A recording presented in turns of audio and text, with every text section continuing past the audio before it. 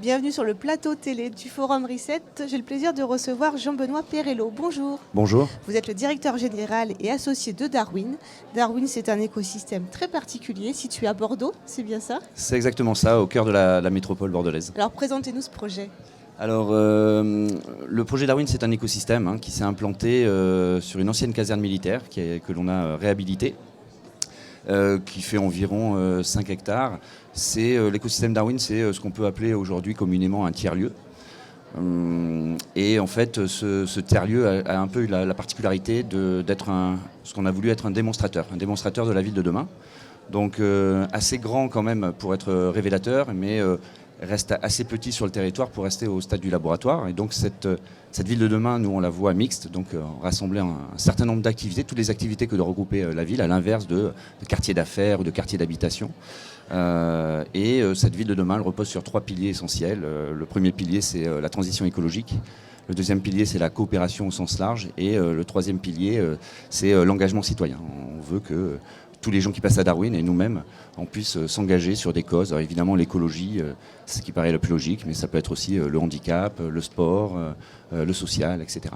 Alors donnez-nous quelques chiffres pour nous donner l'ampleur un petit peu de ce lieu. Oui, il se passe beaucoup de choses sur ce lieu. C'est tout d'abord 5000 m² de bureaux, plus de 250 postes de coworking. C'est une pépinière d'entreprises avec 22 entreprises. C'est 550 personnes qui travaillent sur place.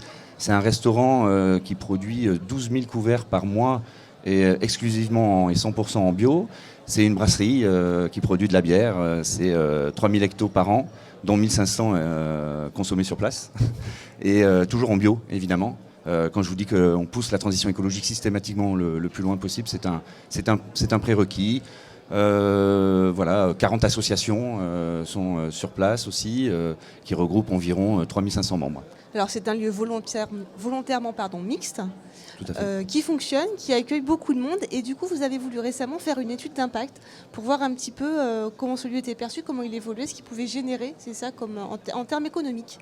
Oui, Darwin, on a une très grande notoriété qui va au-delà de ce qu'on avait prévu à la base. Mais par contre, on est perçu comme un lieu de rencontre, comme un lieu culturel, comme un lieu d'événement. On nous taxe souvent d'ailleurs même de bobos, alors que c'est un lieu qui est extrêmement mixte.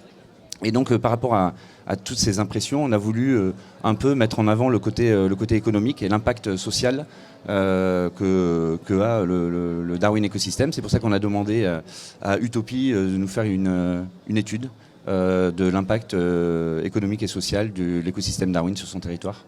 Alors les résultats de cette étude? Les résultats sont assez impressionnants puisque on représente environ 1600 emplois, on soutient en tout cas 1600 emplois en tout sur le territoire. Ce qui est quand même assez important par rapport à un écosystème qui a été créé de toutes pièces depuis 2012. Donc un projet qui fonctionne bien, qui a une belle notoriété. Quelle est la suite pour vous ? Alors la suite, elle est double. La première, c'est que déjà, on n'a pas fini cette mixité. Il reste encore des activités à développer. Je pense notamment à une crèche. Je pense au côté éducation aussi, avec le développement d'un lycée qu'on a commencé à explorer avec 2 classes de cours pour l'instant, des logements, une auberge de jeunesse avec 150 lits. Voilà, donc la ville de demain n'est pas encore terminée. Elle le sera quand vraiment toutes les activités de la ville seront réunies sur un même lieu. Et la suite aussi, c'est que j'imagine ce modèle, cet écosystème, il regarde avec intérêt un peu partout ailleurs. Alors, vous êtes très sollicité. Je ne vous cache pas qu'effectivement, nous sommes pas mal sollicités. Pour l'instant, on a refusé toute proposition pour 2 raisons. La première raison, c'est que d'abord, on est bien occupé là où nous sommes. La deuxième raison, c'est qu'un système comme ça ne se duplique pas. C'est pas si simple que ça.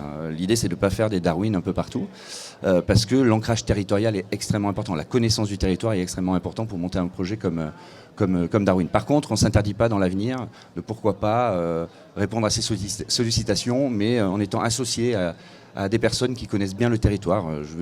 Si on prend par exemple Marseille, si demain on est sollicité par Marseille, il faudra trouver quelqu'un qui connaît bien le territoire. Nous on ne le connaît pas, c'est extrêmement important. Nous on pourra amener notre méthodologie, notre expertise, mais sûrement pas en tout cas le concept Darwin, puisque comme je viens de le dire, ce concept-là n'est pas duplicable parce il s'est vraiment inséré dans l'écosystème local et il ne peut donc pas être duplicable comme ça. Merci beaucoup. Je vous en prie, merci.